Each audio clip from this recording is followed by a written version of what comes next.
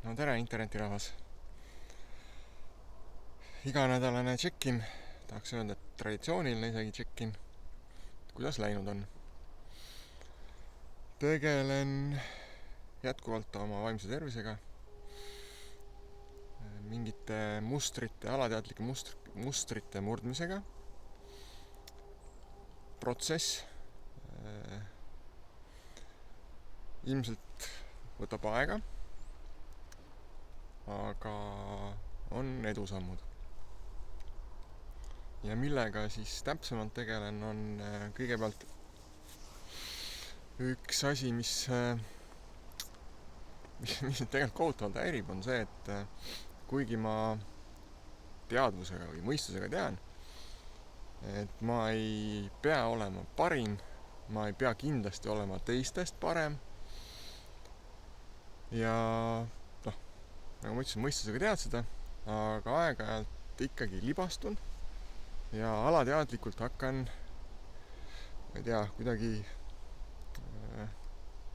kiitlema ja kuidas on hea teistest parem olla, on ikkagi see, et tuleb, ma ei tea, teisi maha teha ja kiidelda, ennast upitada ja nagu ma ütlesin, libastun ja võib-olla mingi hetk ei saa isegi sellest aru. Aga kui ma sellest aru saan, siis on järgmine õppetund on see, et enda mahategemine, ennast õõnestavate mõtete peast ära saamine või nende muutmine.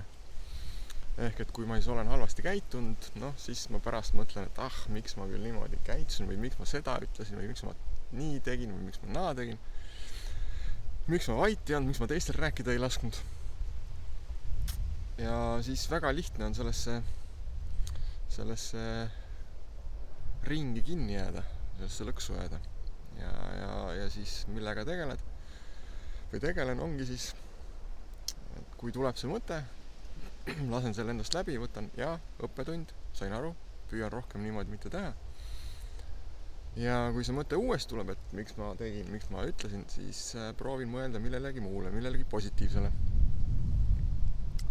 Eks see natuke keeruline on, aga püüan.